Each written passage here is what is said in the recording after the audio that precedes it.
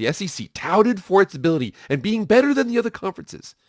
The SEC was 7-9 against Power 5 opponents this season.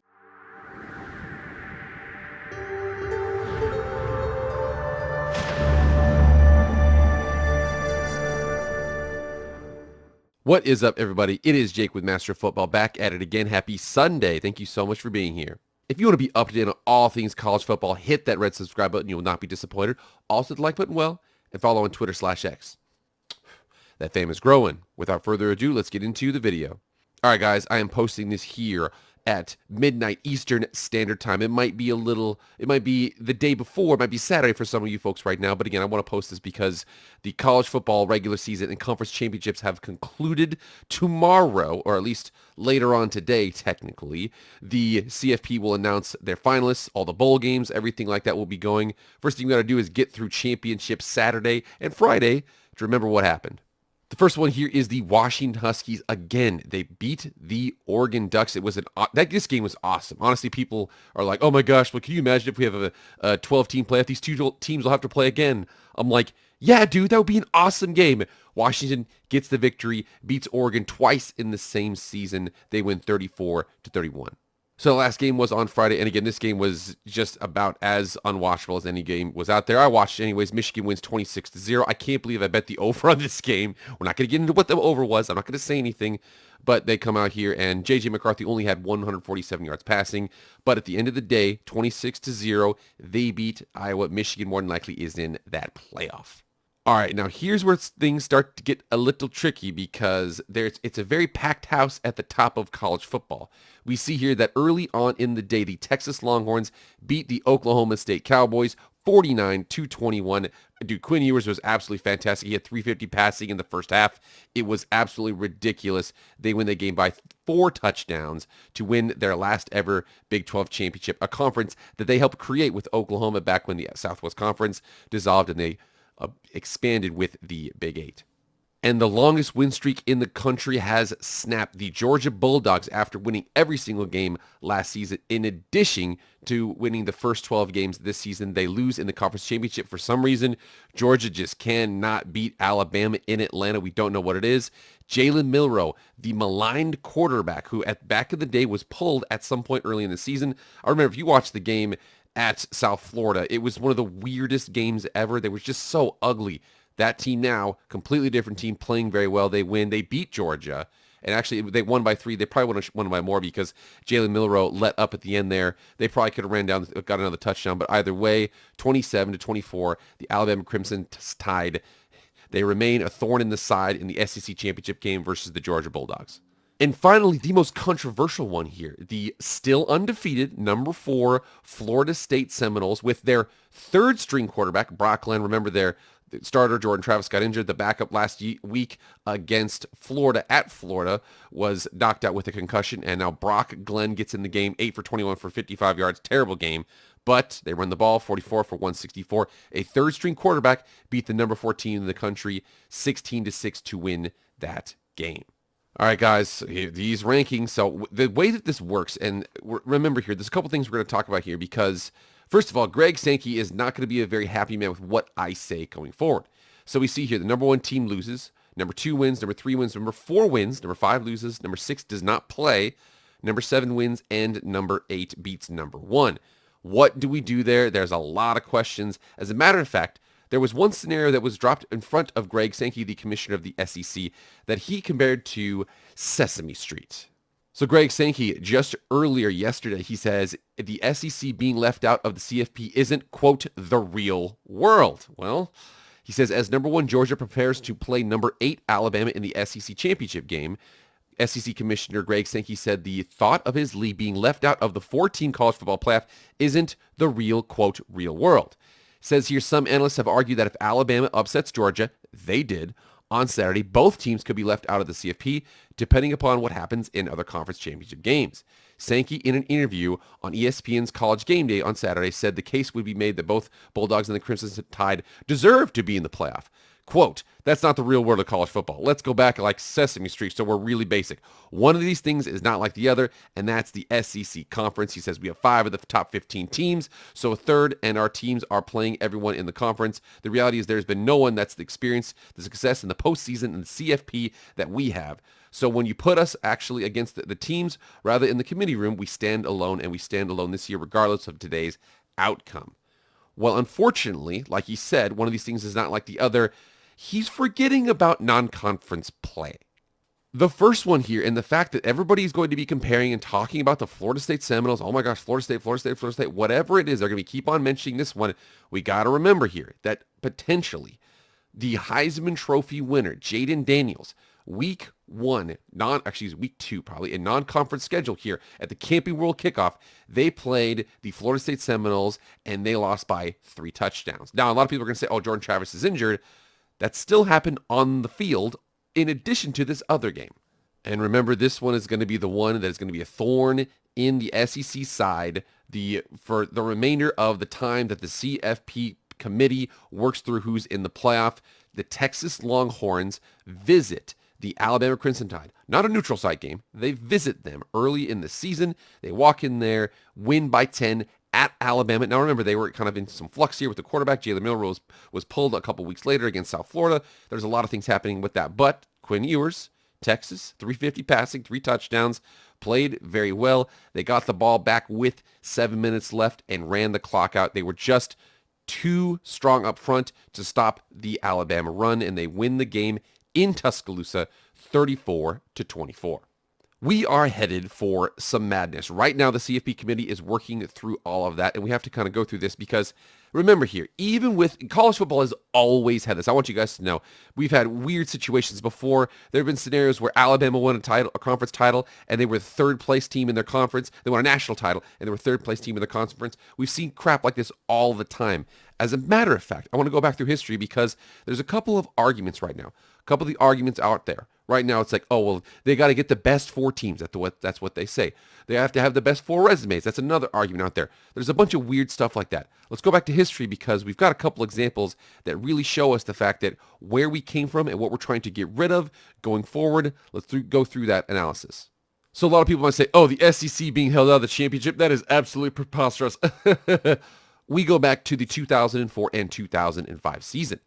In this season right here, the 2004-2005 season, finished with 5 undefeated teams for the first time since 1979, as you see why we're going towards this 12-team playoff. Despite having the perfect records, Auburn, Utah, and Boise State, hey, my boys, were denied an opportunity to play for the BCS championship game. Utah and Boise State's schedules were thought as weaker than Auburn's, of course, that's true, by virtue of playing in the Mountain West and the WAC, respectively. However, Utah was the first BCS non-AQ team to ever play in a BCS game. Much of the debate covered number 3 Auburn, who went undefeated in the SEC, leading the debates over strength of schedule, a value that was diminished in the BCS before the season. In the championship game, Oklahoma was crushed by USC 55-19. Meanwhile, Auburn defeated ACC champion Virginia Tech in the Sugar Bowl 16-13, and number 6 Utah demolished Big East champion Pitt in the Fiesta Bowl 35-7. This left 3 undefeated teams at the end of the season, with Auburn finishing number 2 and Utah number 4, and once again leaving many voters wondering who was the real champion. So again, we're thinking about that. Now, in the CFP era, this is different, but in the BCS era, it has happened before. And as a matter of fact, I want to make sure we talk about one thing because everybody remembers here the fact that we're going to talk about, what's the best team, what's the best team, put the best teams in there. Unfortunately, that's not the first case that this has happened. I go back to this. Now, the 2000 Miami Hurricanes are a really weird one for a couple of different reasons. Now, the New York Times labeled them as national champion, but they did not go to the BCS national championship. It was very, very weird. I will run through the reason why. They're scheduled this season, so they went out here and they went 11-1, and then they went 12-1 after they won they went 11-1, and then they won their bowl game. They lost at number Washington by 5 points early on in the season, and then they ripped off a bunch of wins there to end the year. Now, the problem with this was they beat Florida State, number 1 team in the country. They beat Florida State. They ended up 11-1. Florida State ended up 11-1. The big issue with that was the fact that Florida State in the polls, in the computers, was ranked higher, despite the fact that Miami held the victory over them. So, if you think about that, that goes back to the Texas versus Alabama scenario, where at the end of the season, Texas and Alabama have the same schedule. Some people say, no, Alabama should be ahead of them because they are the SEC champ. Whereas a lot of people are like, well, hold on, we saw this situation before. If you played earlier in the year and a team beats you, we need some human beings to correct the computers out there. That's one argument. There's also another argument here. Well, also at the same time, some people are saying, well, Georgia just lost to Alabama by 3 points. They should be left out. Let's be honest. They could probably beat any of the top 7 teams in the country. And we come in here to check out this team. This team also covers for that argument. This team did not play in the national championship. Let me just list you some of these names that this team had. Okay, Andre Johnson, Santana Moss, Ken Dorsey, Clinton Portis. We've got Bryant McKinney, Reggie Wayne, Jeremy Shockey, Ed Reed, Mike Rumpf, Dan Morgan, Damian Lewis. This team had a ton of absolute stars across the board. However, they were not in the national championship. Remember, they beat a team. That team went to the national championship. They didn't. So again, the whole tiebreaker scenario was not accounted for in this old thing. We wanted to correct for that with the new CFP. But in addition to that, a lot of people are saying, well, even that, they would have beaten both of those teams. They would have beaten either Oklahoma or they would have beaten Florida State. Again, they've already played those teams that ultimately they didn't go with that either. As we are sitting here and watching this video, I'm telling you, we're going to be really interested in seeing what they do. But remember here, while the CFP committee is going through that, something that's really interesting about Greg Sankey, because there was one move that potentially could be costing them right now. Again, first of all, that big loss. The biggest thing here was that Texas win at Alabama. Not a neutral site, at Alabama. Oh, Alabama's a different team. Doesn't matter. You lost the game. With that, too, we also see the fact that there was one game that would have helped out with Georgia and their schedule that was ultimately taken off under some controversial reasons. So here we are from On 3. Remember here, Oklahoma and Georgia were originally going to be playing this season. However, next year, they're already going to be in the SEC, so they decided to just scrap the game. So with that, you're like, okay, so we just decided to scrap the game, whatever it is. We couldn't really work it out. Okay, somebody from the Tuscaloosa Times came forward and already had this addressed, and they might have been prophetic with what they said. Excuse me, the Tuscaloosa News. But we see here from Chase Goodbread, he says, SEC football must rid itself of Cupcake Saturday, and the time to do that is now. So we come down here, read this, and the fact that he says that, and the time has come for the SEC to rid itself of Cupcake Saturday. We saw a couple weeks ago. First of all, Auburn lost their cupcake game against New Mexico State. Chattanooga goes up against Alabama. That happens scenario here. He says here, those mid-November games on which the SEC schools annually host a lightweight foe ahead of rivalry games. Why? Because sooner or later, playing a weakling that late in the season is going to cost one of its schools a CFP spot. Unfortunately for the SEC, Jesse Palmer during the Florida State game came out and he basically said, we have to remember here, the SEC touted for its ability and being better than the other conferences. The SEC was 7-9 against Power 5 opponents this season. Okay, yeah, you can maybe argue the fact that, oh, well, we'll see what happens on a neutral site. We'll see what happens here and there. Either way, the SEC kind of had a down year, and it's potentially going to cost them. What I want to do is go through a couple things and get your guys' predictions because I already have mine. Let's get into that. So checking this out, the major factors to consider. The first of all, that the committee, again, we have to remember here, the committee is going to emphasize conference champions. So we have to remember that as much as Georgia didn't win it, Alabama didn't, or no, excuse me, Oregon didn't win it, and Ohio State wasn't even there, that's something that is going to be weighed against them. Also, common opponents matter, and then said when you lose matter, and also they want to emphasize the 4 best teams. So a couple things are going to be competing against each other with these rankings. All right, going through the arguments for all these teams. First thing next to it, CC is conference championship. That's the next to their name. So Alabama, they are the SEC champion. And again, that just holds a bunch of weight to how much the CFP has been dominated by the SEC. They have been the only conference that has never been in or never been held out of a CFP playoff in the couple of years that it's happened. Also, they lost early. Okay, that's good for them. Florida State, they are undefeated. The other 3 teams here can't say that.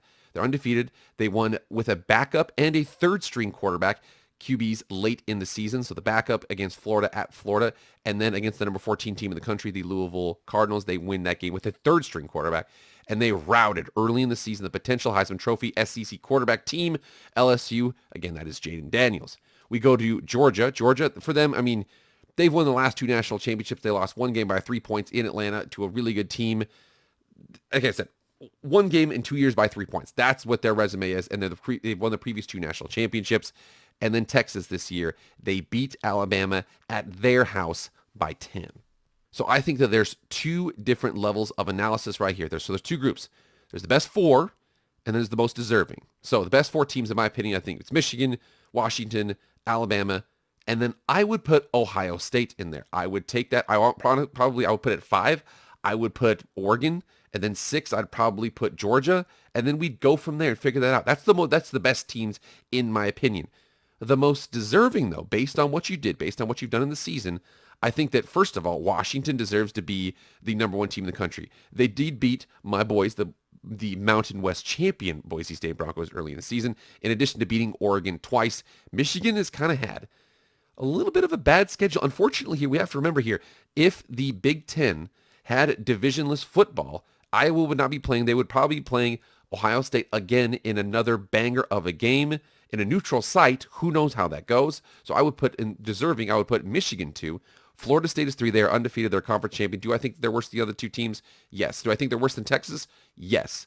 But we're talking about deserving. They should be 3. And then Texas, who beat the SEC champion in their house, they deserve to be 4. They're 12-1. Alabama's 12-1. They are ahead of them. Alabama is just outside of 5. And Oregon's probably 6 with, no, excuse me, Georgia's probably 6 with, Ohio State 7, and then Oregon 8, something like that. In the final year of the 4-team CFP, is this finally the year that SEC Crap Week has caught up to the SEC? Again, I also think a big one here, just for the sake of it, that early win. Texas going to Alabama, beating the Alabama Crimson Tide by 10 in their own house. Oh, the team is different. Oh, is this and that? Either way, you could be held out of championships in every single league in the country by early games. The same thing might be happening to the SEC, who could potentially, in the last year of the 4-team playoff, could be held out because of an undefeated Florida State, undefeated Washington, undefeated Michigan, and a 12-1 Texas team that beat your 12-1 conference champion Alabama. All right, guys, get in the comments right now. Let me know what you think about this. This is wild. We got the things that are going to come up pretty quick here, but remember, get in the comments right there and let me know. Also, like, share, comment, subscribe, do all that stuff. I appreciate it. That's it for me, guys. I'll see you guys later. I am out.